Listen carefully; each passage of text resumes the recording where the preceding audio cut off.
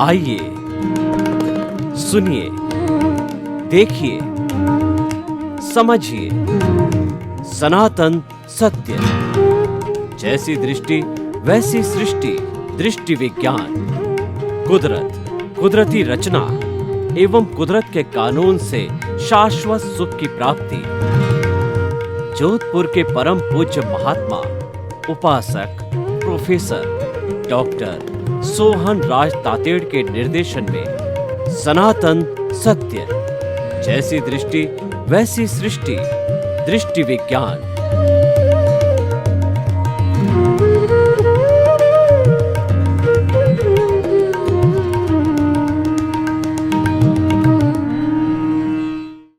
आत्मविज्ञान में आपका हार्दिक स्वागत है, अभिनंदन है, सत्कार है। आत्मविज्ञान कार्यक्रम क्यों चालू किया? क्योंकि ये चैनल जो है अच्छा इंसान बनाना चाहता है, ये योगदान देना चाहता है समाज को, समाज की भलाई करना चाहता है, समाज में परिवर्तन लाना चाहता है कि अच्छा इंसान बने। पर अच्छा इंसान बने कैसे? उसके लिए आत्मविज्ञान एक होलिस्टिक कार्यक्रम है। इस आत्मविज्ञान के अंदर खुद की पहचान है। व्यक्ति दुनिया को बहुत जानता है, इंटरनेट खोलता है, एक बच्चा भी कहता है कि मैं दुनिया का बहुत बड़ा ज्ञानी पुरुष हूं, लेकिन व्यक्ति खुद को कुछ नहीं जानता। अपने खुद को दूसरे के गज से नापता है और दूसरे को अपनी गज से नापता है। ये मिथ्यात्व है, ये रॉन्ग बिलीफ है। आत्मविज्ञान आपको सही चीज बताता है, what is right, what is wrong and what should be adopted. आपकी रॉन्ग बिलीफ को समाप्त करके राइट बिलीफ बनाता है।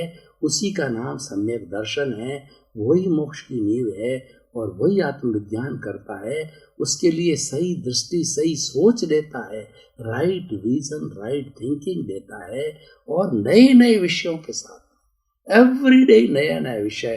तो आज का हमारा बहुत सुंदर विषय बुद्धि को ठीक करने के अनुसार है। बुद्धि कर्मानुसारिणी आज का विषय है। अति सुंदर विषय है। बड़ी सिंपल बात है कि बुद्धि कर्मों के अनुसार हो जाती है। कर्मों को हमने बहुत समझा है कि कर्म रज होती है, कर्म हमारे पुण्य पाप है, कर्म पुद्गल है, इसमें वर्ण होता है, गंध होता है, रस होता है, स्पर्श होता है, एक एक परमाणु की संख्या है। और ये चतुस्पर्शी प्राणी, अष्टस्पर्शी प्राणी तो स्थूल होते हैं, चतुस्पर्शी जो है परमाणु, जो कि कॉस्मोस से जो है मन वचन काया जो प्रवृत्ति करते हैं, तो टानती है, ये खींचती है और खींच करके जो भीतर कषाय विराजमान है, जो कार्बन शरीर है, आत्मा के साथ में फेविकॉल से लगा हुआ है, वो खींचता है। मन वचन काया तो सिर्फ प्रवृत्ति करती है, उनकी ड्यूटी फिनिश, और वो परमाणुओं को ला करके और राग द्वेष के साथ कार्बन शरीर को सौंप देती है। और ये पुनरावृत्ति चलती रहती है। कर्मों का बंध होता है, कर्मों की निर्जरा होती है, यानी कर्मों का उदय होता है, कर्म झड़ते रहते हैं। तो आज हम बात करेंगे कि बुद्धि कर्मानुसारिणी, यानी कर्म का उदय काल, जिसको कि गीता की भाषा में प्रारब्ध कहते हैं। कर्म तीन तरह के होते हैं, प्रारब्ध, क्रियमाण और संचय। जो प्रारब्ध होता हमारा उदय काल है, हमारा प्रेजेंट है, जिसके अंदर कर्मों की परतें खुल रही है, भोग भोगा जा रहा है कर्मों का। और संचित का मतलब होता है हमारा कार्बन शरीर, जो अचेतन मन है, वेयर हाउस है, जिसमें छिपी हुई हमारी भावनाएं, छिपी हमारी इच्छाएं, 8 तरह के कर्म जो पड़े रहते हैं, वो संचित कर्म हैं। और क्रियमाण, यानी हम जो ये कर्मों का जो उदय भाव है वर्तमान में चल रहा है, उसके ऊपर कैसा रिएक्शन करेंगे, उसके साथ में कैसे भाव रखेंगे, उसके साथ में राग द्वेष रखेंगे, तो फिर नए कर्मों का बंध होगा। वो क्रियमाण कहलाता है, वो भविष्य की बात है। उदय काल वर्तमान का है और संचित है भूतकाल का, जो संचय किया हुआ है और साथ लेके चलते हैं। आत्मा हर वक्त अपनी प्रॉपर्टी, देखिए कौन चुरा सकता है?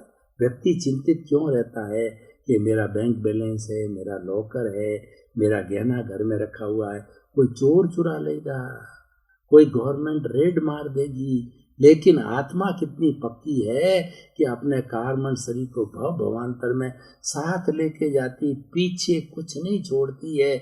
जैसे कि हम कहते हैं ये शरीर जब जाता है, एक तीब भी, एक सुई क्या, एक सुई का कण भी साथ में नहीं जाता है, तो कारमंड शरीर पूरा लेके जाती है आत्मा। वो रिपीट होता है। जो लोग सरकारी नौकरी करते हैं, तो सरकारी नौकरी में जब व्यक्ति एक पद से, एक जगह से दूसरी जगह ट्रांसफर होता है, तो LPC होती, कुछ नहीं ले जाता, वो एक पन्ना होता है जिसको लास्ट पे सर्टिफिकेट दिया जाता है और वहाँ ज्वाइन करता है, उसके अनुरूप उसको नौकरी मिलती है। तो ये LPC साथ लेके जाती है आत्मा, कुछ नहीं छोड़ती पीछे। और जन्म जन्मा, क्योंकि वो मासलेस पार्टिकल है कर्म, वो साथ लेके जाती है, उसके अंदर घटबढ़ होती रहती है, उसके अंदर उदय होता है, संचय बंद होता है और निर्जरा होती है, जड़ते हैं। तो हम अभी विषय जो ले रहे हैं, बुद्धि और कर्म के संबंध को मिला रहे हैं। पिछले एपिसोड के अंदर हमने कर्म और जीन्स का संबंध मिलाया, अभी हम कर्म और बुद्धि का संबंध मिलाते हैं। तो जैसे कर्म उदय में होते हैं, उस कर्म उदय के साथ साथ में क्या होता है कि हमारे मन वचन काया जो है वो एक्टिविटी करते हैं, हमारी इंद्रियां एक्टिविटी करते हैं। तो इंद्रियां बाहर से विषय लेके आती है, वो विषय जो मैनेजर साहब जो मन है उसको दे देती है।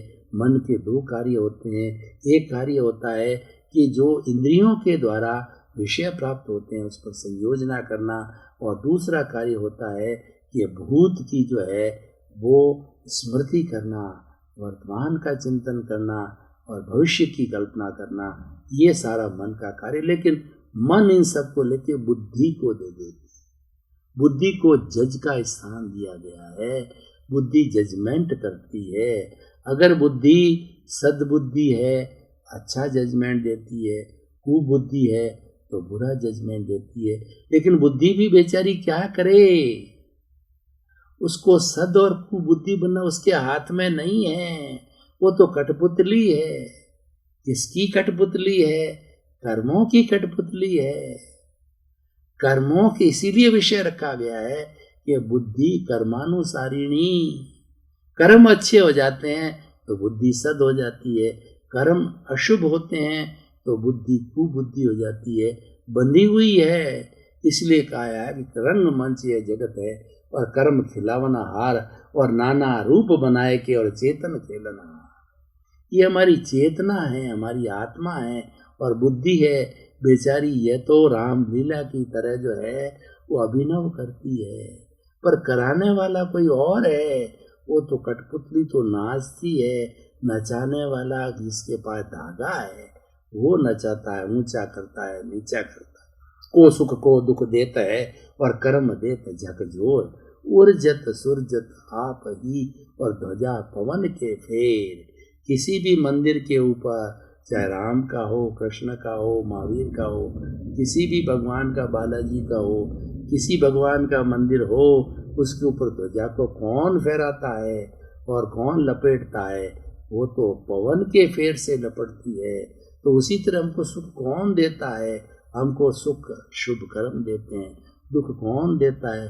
अशुभ कर्म देते हैं। हम तो दूसरे को दोषित बनाते हैं कि इसने मेरे को ठोका, इसने मेरे को पीटा, इसने मेरे को गाली दी, और ये जो मेरी सेवा नहीं करता बेटा होते हुए भी। अरे भाई, वो जीव तो अपना बदला ले रहा है। तुमने किसी की घृणा की, तुम्हारे से घृणा करेगा। As you will sow so will you reap. जैसा बोगे वैसा काटोगे, जैसी करनी वैसी भरनी। ये कर्म का रूल है, ये वही लौट के आता है। ये सारी प्रतिध्वनि का संसार है। किसी खुले कुएं के अंदर जाकर के आप ओम बोलोगे, ओम की प्रतिध्वनि बाहर आएगी, और बोलोगे कि तुम बदमाश है तो भीतर से आवाज आएगी तुम बदमाश है। तो प्रतिध्वनि है। हम क्या करके आए हैं, हम कैसे कॉजेज डाल के आए हैं, उसी प्रतिध्वनि के रूप के अंदर वो कॉजेज है, वो हमारा कर्म बीज बनता है और कर्म बीज हमारे अगले भव में कर्म फल देता है। जब बीज से बरगद होता है, बरगद से फल देता है, फल को हम आम के पेड़ को खाते हैं तो आम मीठा लगता है, ये मीठा लगना सुख है। और कड़वे जो है फल को खाते हैं तो वो कड़वा लगता है, ये पाप है। तो ये पुण्य और पाप का जोड़ा चलता रहता है, ये कर्मों के अनुसार होता है, ये लेकर के आते हैं, ये तो हो रहा है, ये हमारे हाथ में नहीं है। तो इसीलिए कहा गया है कि बुद्धि बेचारी क्या करे कि भीतर से अच्छा भाव आया, अच्छा कर्म आया, बुद्धि अच्छा काम करने लग जाती। अच्छा काम का अर्थ क्या, उसके पास धन दौलत है, चैरिटी करने वाला लग जाती है। धन दौलत नहीं है, तन की सेवा करने लग जाती है, मन की सेवा करने लग जाता है इंसान, और वो जो है अच्छा चिंतन करने लग जाता है, धार्मिक क्रिया करने लग जाता है, सामायिक करता है, आलोचना करता है, प्रतिक्रमण करता है, प्रत्याख्यान करता है, क्षोभ सम जागृत करता है, अपने आप को अकर्ता भाव मानने लग जाता है और चिंतन करने लग जाता है, मैं तो शुद्ध आत्मा हूँ, मैं तो ज्ञाता हूँ, मैं तो दृष्टा हूँ, मैं तो जानने वाला हूँ, मैं देखने वाला हूँ। और ये जो शरीर है वो मन वचन काया रूपी शरीर पूर्व जन्म के कर्मों के भुगतान के लिए मिला है, ये करने वाला है, ये भुगतने वाला है। मैं ये नहीं हूँ, मैं अलग हूँ, मैं शरीर अलग है, मैं अलग हूँ, भेद विज्ञान मोक्ष विज्ञान। तो ये बुद्धि उसी से संचालित होती, बुद्धि का कोई दोष नहीं है। यही एपिसोड में बताना चाहते हैं, बुद्धि कर्मानुसारी नहीं होती है। लेकिन अब प्रश्न है कि सारी बातें हम पराधीनता की बात कर रहे हैं, तो स्वाधीनता नहीं है क्या? ऐसा नहीं है, स्वाधीनता भी है। बुद्धि को हम कर्मों के अनुसार से रोक सकते हैं। वो स्वाधीनता किसमें है? वो स्वाधीनता जागृति में है, वो स्वाधीनता पुरुषार्थ के अंदर है। किसान जब जो है वो हल चलाने जाता है, उसके एक पोटली के अंदर बाजरी के बीज है, दूसरे पोटली के अंदर वो मूंग मोठ और तिल मिक्स किया हुआ है। अब वो स्वतंत्र है, वो कौन सा बीज डाले, लेकिन एक बार डाल दिया और उसके बाद में कहे मेरे से गलती हो गई, मैंने तो बाजरा डाल दिया, मुझे तो मूंग मोठ तिल का मिक्सचर चाहिए, तीनों ही चीजें मुझे चाहिए, फिर कुछ नहीं हो सकता। अब वो स्वतंत्र हो गया। स्वतंत्र कौन था? जागृति में स्वतंत्र है।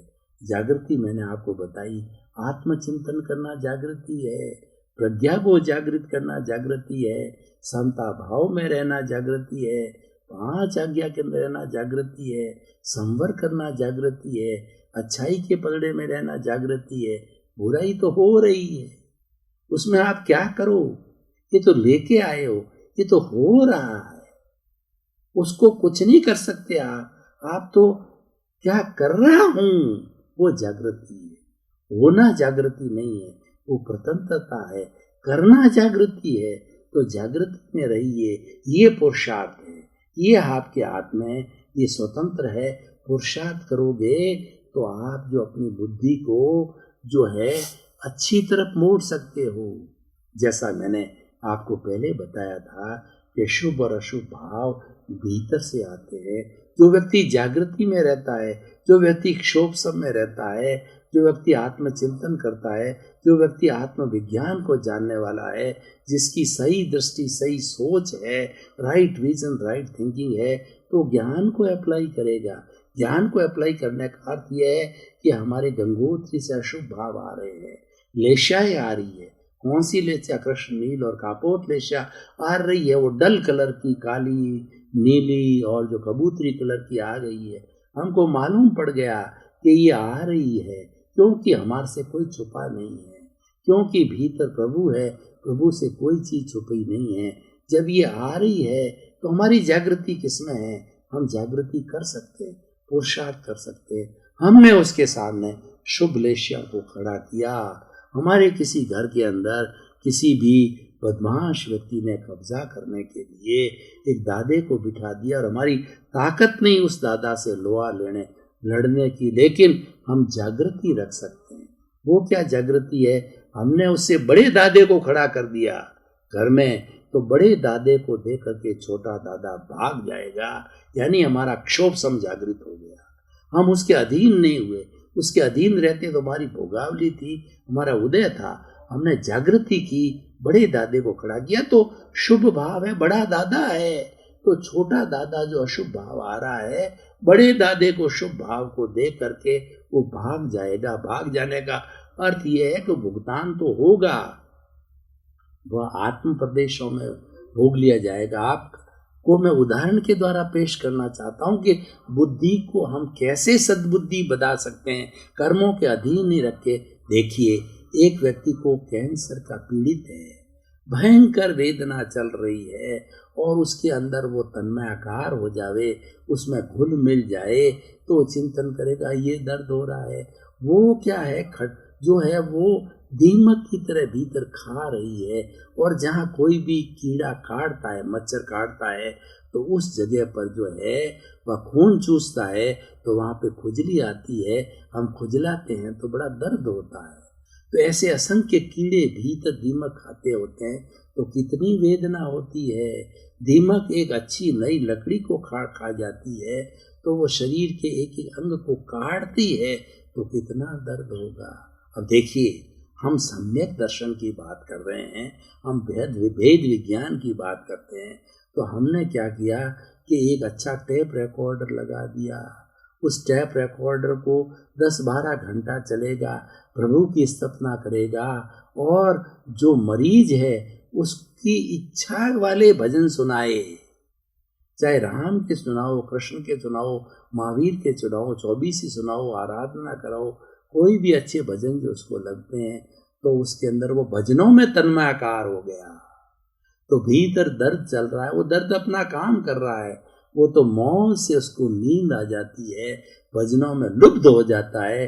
घंटा, 2 घंटा, 4 घंटा, 6 घंटा भीतर चल रहा है, उसकी विस्मृति हो जाती है। अब ये देखिए, ये विस्मृति जो हमने कराई, ये उसको धार्मिक प्रवृत्ति में डाला, उसको भजनों के अंदर डाला, तो ये सारी धार्मिक प्रवृत्ति है, ये हमारी उदीरना है।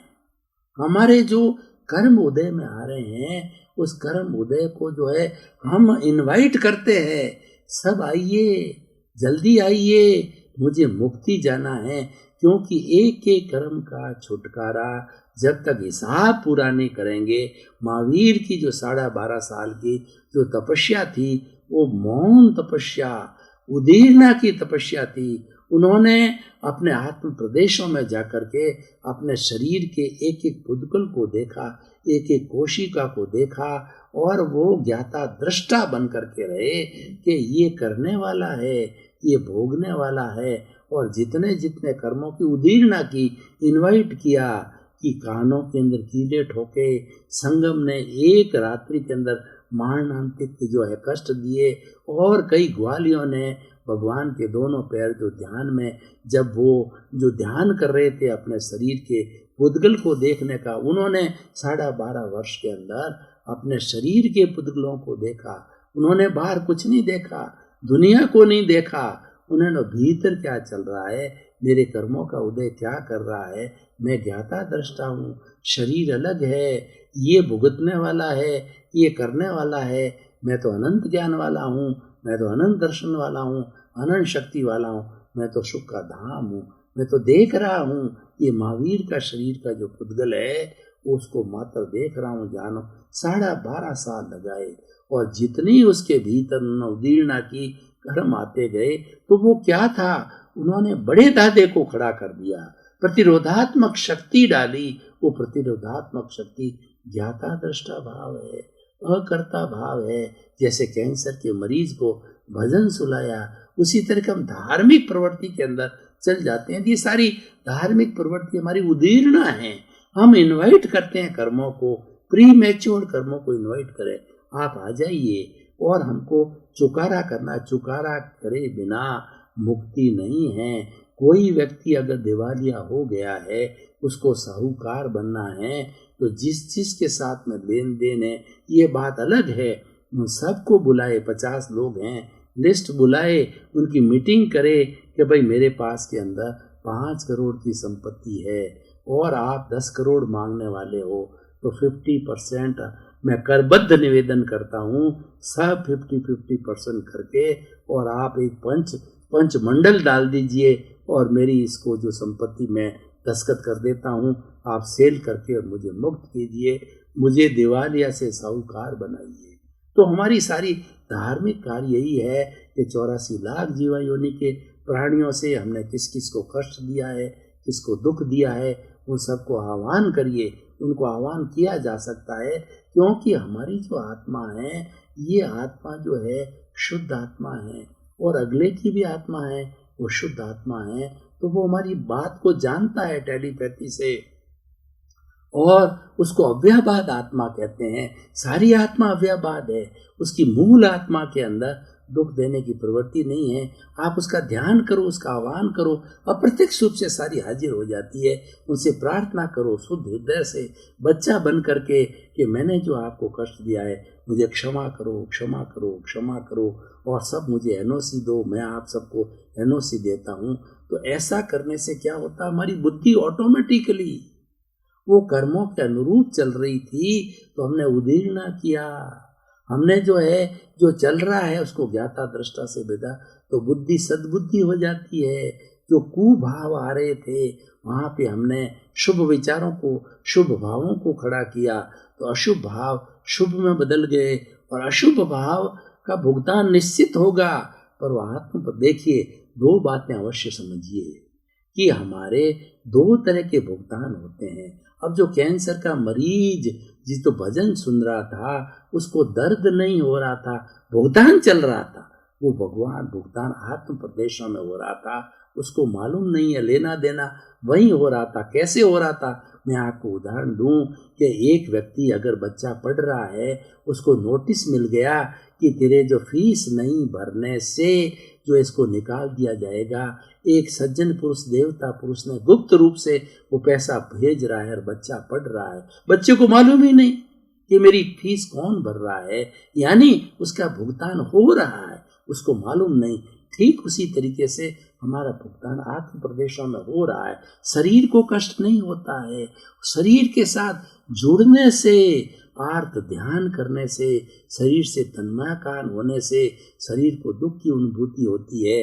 आत्मा तो अशरीरी है, वो तो भोग अपने आप, वहाँ पे भुगतान होता रहता है। भगवान महावीर की 12.5 वर्ष की साधना है, आत्म प्रदेशों की साधना थी, आत्म प्रदेशों में चले गए, सारा उनको शरीर में, चाहे कीले ठोके, चाहे संगम देवता ने पछाड़ा, चाहे हाथियों से जो है दंत का नाग से डसाया, उनको सर्पों से डसाया, चाहे जो उनको बिच्छुओं से डसाया, लेकिन वो भुगतान आत्म प्रदेशों में थे, शरीर की अनुभूति में नहीं थे। भाई और बहनों, आपका बहुत बहुत धन्यवाद। आप जो आत्मविज्ञान कार्यक्रम देख रहे हैं, बहुत सुंदर कार्यक्रम है। आपकी बुद्धि को, कुबुद्धि को सुबुद्धि में बदलने का है।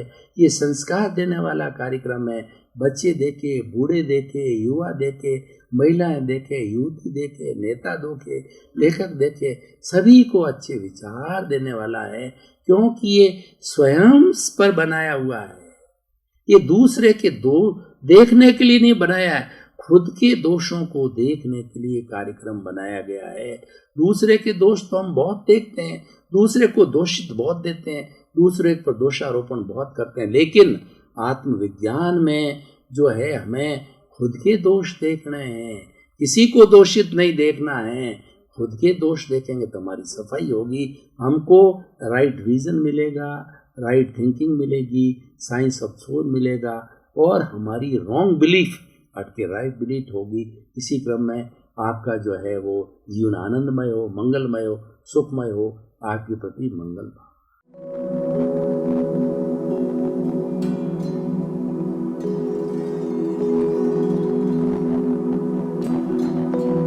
एक ऐसा अंतर्राष्ट्रीय ख्याति प्राप्त मानव जो गुरु प्रेरणा से पिछले 20 वर्षों से वानप्रस्थ जीवन जीते हुए 24 घंटे मानवता की सेवा में संलग्न है। एक ऐसा मानव जो अभी राष्ट्रीय, अंतर्राष्ट्रीय, टीवी चैनलों पर 7,500 एपिसोड के माध्यम से सनातन सत्य, आत्मविज्ञान एवं पुनरुत्थान, व्यवहार एवं निश्चय जगत के जीवनोपयोगी विषयों पर हृदय स्पर्शी प्रवचन कर चुका है। उस मानव का नाम है महात्मा उपासक प्रोफेसर डॉक्टर सोहन राज तातेड़।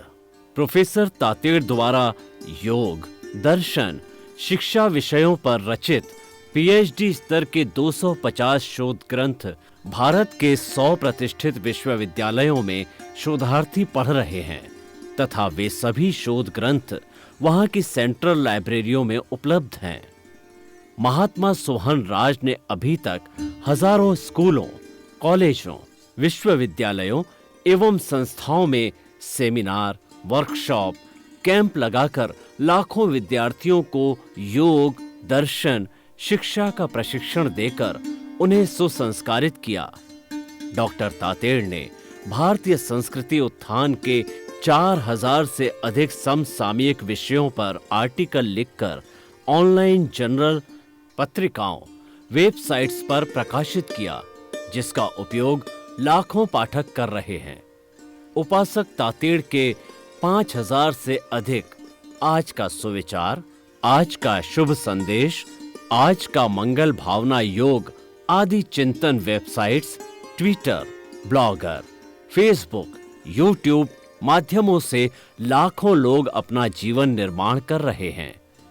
मानवता के मसीहा ऐसे महामानव महात्मा सोहन राज तातेड़ के प्रोफाइल को अभी तक विश्व के 20 लाख दर्शक यूट्यूब पर, 12 लाख गूगल पर एवं लाखों दर्शक फेसबुक, ब्लॉगर, ट्विटर और इंस्टाग्राम पर देख चुके हैं।